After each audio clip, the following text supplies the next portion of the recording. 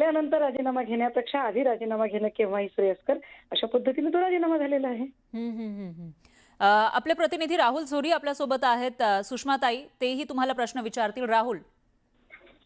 सुषमाताई, एकंदरीत जर सगळं प्रकरण बघितलं तर खरं तर मागच्या वेळी देखील अशाच पद्धतीनं त्यांना कनिष्ठ न्यायालयानं शिक्षा सुनावली होती. मात्र तरी देखील कागदपत्र मिळाले नाहीत किंवा त्यांच्या अटकेचं सूचना मिळाल्या नाहीत. विधानसभा अध्यक्षांनी त्या संदर्भात कॉल घेतला नाही. सर्वात महत्त्वाचं म्हणजे एक प्रकरण जर बघितलं तर सुनील केदार यांना मात्र तात्काळ कारवाई करण्यात आली होती. राष्ट्रीय पातळीवर जर बघितलं तर राहुल गांधी यांच्यावर देखील कारवाई झाली होती. मात्र इथं एवढा उशीर झाला असं का वाटतंय तुम्हाला? जाणीवपूर्वक लांबवलं गेलं, खेचलं गेलं? याला उशीर झाला हे तो देवेंद्रजींची इच्छा. टायमिंग, राजकारणात टायमिंगला फार महत्व असतं. ज्या पद्धतीने नगर परिषद निवडणुकीमध्ये कितीही नाही म्हटलं तरी दादा गट आणि शिंदे हे दोघे भाजपाला डोईजड होत होते, नाकी 9 आले होते. रवींद्र चव्हाणांची फेफे उडालेली होती. हे सगळं बघता महापालिकेत एक एक शत्रू त्यांना त्यांचा हातावेगळा करायचा आहे.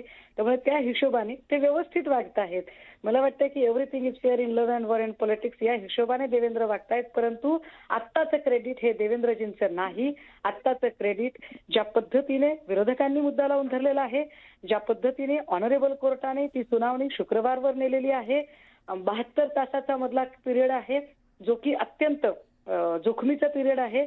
अशा काळामध्ये सरकारच्या एकूणच प्रतिमेवर प्रश्नचिन्ह निर्माण होते. अशा वेळेला त्यांना तो निर्णय घेणं भाग होतं आणि तो घेतलाय त्यांनी.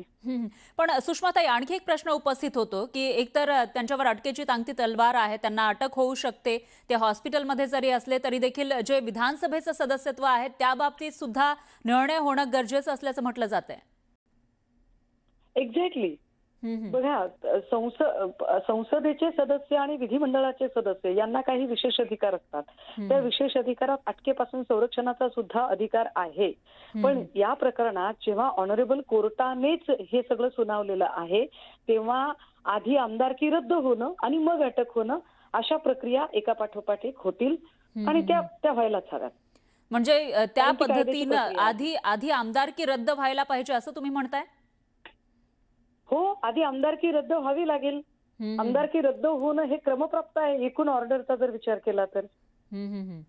आणि त्याच्यानंतर पुढे मग काय घडामोडी होऊ शकतात किंवा याच्यामध्ये विरोधकांचा आता रोल? झाल्यानंतर अटक होणं स्वाभाविक आहे. कदाचित आमदारकी रद्द झाल्यानंतर किंवा ह्या सगळ्या प्रोसेसमध्ये शुक्रवारी पुन्हा कोर्ट त्यांच्याबद्दल काय करते, काय त्यांना अटकपूर्व जामीन मिळतो का, काय ते वरच्या कोर्टात अपिलात जातात का, अपील त्यांच्या बाजूने होतंय का, आता याही गोष्टी मॅटर करतात. पण शुक्रवारच्या मध्ये गुरुवार येतो, उद्या गुरुवार आहे, एक दिवस आहे, तर याच्यामध्ये त्यांच्यावर काही कारवाई होऊ शकते आणि याच्यामध्ये विरोधकांचा आता रोल काय असेल? नाही, आम्ही तर आग्रहीच आहोत. माणिकराव कोकाटेंचा विषय असेल किंवा प्रकाश शिंदेचा विषय असेल, आम्ही प्रकाश शिंदेबद्दलही तितकेच आग्रही आहोत आणि माणिकराव कोकाटेंबद्दलही तितकेच आग्रही आहोत. त्यामुळे आम्ही मुद्दे आमचे लावून धरू आणि ते ताकदीने लावून धरू, लढत राहू. मग तुम्हाला काय वाटतं, हा जो एक दिवस मध्ये आहे, रिलीफ मिळेल किंवा नाही मिळेल हे शुक्रवारी डिसाईड होईल किंवा निर्णय येईल, तोपर्यंत काय काय होऊ शकतं मग, किंवा कायद्यानं काय व्हायला पाहिजे? नाही, या सगळ्यांमध्ये एकतर कोर्टातल्या आर्ग्युमेंट्स काय आहेत त्या जास्त मॅटर करतात. शुक्रवारी कोणत्या ग्राउंडवर ते रिलीफ मागतील, रिलीफ मागायला त्यांना खरंच स्कोप आहे का मुळात. कारण जनरली असं असतं की खालच्या कोर्टात जी ऑर्डर असते ती वरचा कोर्ट शक्यतो ऍज इट इज ठेवत असतं आणि 2 वेळा कोर्टाची ऑर्डर ही ऍज इट इज राहिलेली आहे. त्यामुळे निश्चितपणे जेव्हा वरचं कोर्ट काही निर्णय घेणार आहे तेव्हा ते खालच्या कोर्टला 90 to 95% कन्सिडर करतं. त्यामुळे त्यांना रिलीफ मिळण्याची शक्यता तसं बघितलं तर फार फार धुसर शक्यता आहे. पण सुषमाताई, आणखी एक प्रश्न की आता समजा परवा ते जाणार, परवा कोर्टामध्ये सुनावणी होणार आहे, तोपर्यंत काही टेक्निकल बाबींवर त्यांचं जे सदस्यत्व असेल किंवा त्यांची जी अटक आहे ती लांबवली जाऊ शकते का, किंवा तसे काही प्रयत्न होतील असं तुम्हाला वाटतंय? कदाचित ती लांबवली जाऊ शकेल. कारण आपल्याकडे कायदा जितका स्ट्रॉंग आहे तितक्याच पळवाटा असंख्य आहेत. त्यामुळे अशा कुठल्या, जसं की आता एक पळवाट आज काढली त्यांनी की नाही मी आजारी आहे, उद्या कदाचित त्यांना अगदी म्हणजे श्वास घेण्याचा त्रास होतोय, काही आपल्याकडे इतके म्हणजे अचाट कल्पनाशक्तीचे लोक आहेत की त्यातनं काहीही होऊ शकतं. सुषमाताई, आपले प्रतिनिधी अमित मोडक हे आपल्या सोबत आहेत, ते तुम्हाला प्रश्न विचारतील. अमित सर. सुषमाताई, हे जे पत्र आपल्या हाती लागलेलं आहे ते माननीय मुख्यमंत्र्यांना उद्देशून लिहिलेलं आहे आणि त्यामध्ये असं म्हटलेलं आहे की माणिकराव कोकाटेंची जी खाती आहेत ती वर्ग करण्यात आलेली आहे अजित पवार यांच्याकडे किंवा त्यांना सोपवण्यात आलेली आहे. तर याचा अर्थ त्यांचा राजीनामा घ्यायचा की बिन खात्याचे मंत्री? कारण तुमचा अभ्यास आहे या सर्व गोष्टीचा, म्हणून तुम्हाला विचारतोय की हे त्यांचं राजीनामा पत्र नाही आहे तर राज्यपालांकडून आलेलं पत्र आहे, याचा अर्थ काय घ्यायचा? नाही, आता याचा अर्थ मला जे वाटतं ना की उपमुख्यमंत्रींना राजीनामा, पक्षाचा प्रमुख म्हणून राजीनामा घेण्याचा अधिकार आहे आणि देवेंद्रजींना या संपूर्ण मंत्रिमंडळाचा प्रमुख म्हणून राजीनामा घेण्याचा अधिकार आहे. खाती वर्ग केलेली आहेत असं म्हणून जर दुसऱ्यांदा त्यांच्या खातेपालट केला तर तो मला वाटतंय महाराष्ट्राला अजिबात रुचणारा नाही किंवा एकूण महाराष्ट्राच्या विधिमंडळीय राजकारणाच्या लौकिकाला सुद्धा तो शोभणारा नाही. कारण आधी एकदा गदारोळ झाला तेव्हा तुम्ही त्यांचा खाते बदल केलेलाच आहे. आता पुन्हा त्याच्यातला जर जुजबी बदल करतील तर पुन्हा ते अडचणीतच होणार आहे. त्यामुळे बेटर आहे की आता एकदाच ऑपरेशन, ठीक आहे थोडा त्रास होईल पण ते ऑपरेशन करणंच हे राष्ट्रवादीसाठीही योग्य आहे आणि हे मला वाटतंय भाजपाची सुद्धा हीच इच्छा आहे.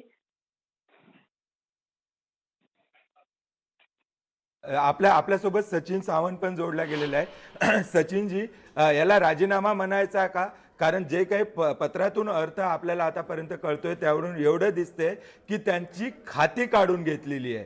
त्यांची खाती ही अजित पवार, उपमुख्यमंत्री अजित पवार यांच्याकडे गेलेली आहे. याला राजीनामा म्हणायचं की बिन खात्याचे मंत्री म्हणायचं? याचा अर्थ काय घ्यायचा? म्हणजे काय झालं, किती शेवटच्या क्षणापर्यंत त्यांना वाचवायचा प्रयत्न करणार मुख्यमंत्री? म्हणजे काय चाललंय या सरकारला आता काही प्रतिमाही राहिलेली नाही. मला असं वाटतं की आता काही सातत्यानं म्हटलं जातं की या सरकारची प्रतिमा मलिन झालेली आहे. मला असं वाटतं की हा शब्द आता फार सौम्य झालेला आहे. कारण मलिन या शब्दाला देखील काहीतरी प्रतिमा असेल, त्यामुळे त्या मलिन या शब्दाची प्रतिमा देखील मलिन करण्याचं काम या सरकारने केलेलं आहे. आता किती वाचवायचं, किती लोकांना वाचवणार तुम्ही? दररोज या शब्द सरकारचे धिंडवडे निघतायत, दररोज अब्रूचे धिंडवडे निघतायत आणि लोकांसमोर येत आहेत.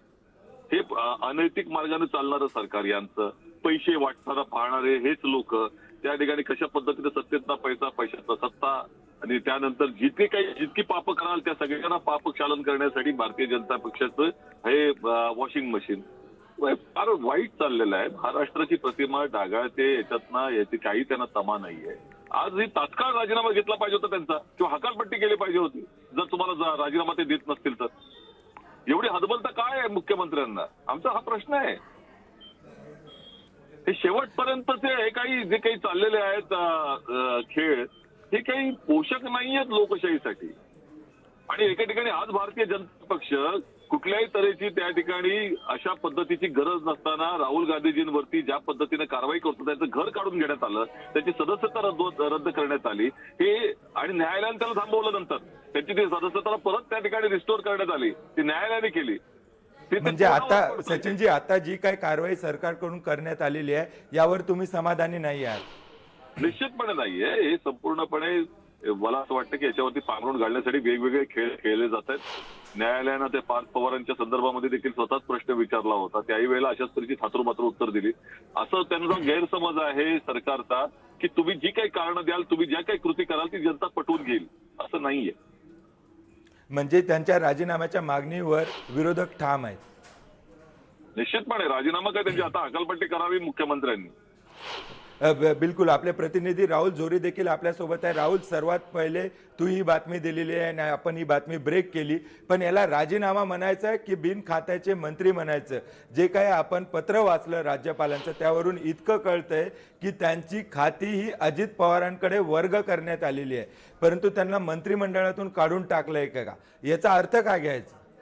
अगदी अमित, हाच खरं तर खूप महत्वाचा मुद्दा या निमित्तानं आहे. खरं तर आज सकाळी अजित पवार यांनी मुख्यमंत्री देवेंद्र फडणवीस यांची वर्षा बंगल्यावर भेट घेतली होती आणि त्याच वेळी हे कागद जो आहे, हे पत्र जे आहे ते त्याच वेळी मुख्यमंत्र्यांना दिले गेल्याची माहिती जी आहे ती आता आपल्याला मिळते. एकंदरीत बघितलं तर आज सकाळी याबद्दलचा निर्णय झाला होता, याबद्दलच्या सगळ्या गोष्टी झाल्या होत्या. मात्र प्रत्यक्षपणे माणिकराव कोकाटे राजीनामा देतायत की नाही यावर कुठलंही शिक्कामोर्तब होत नव्हतं.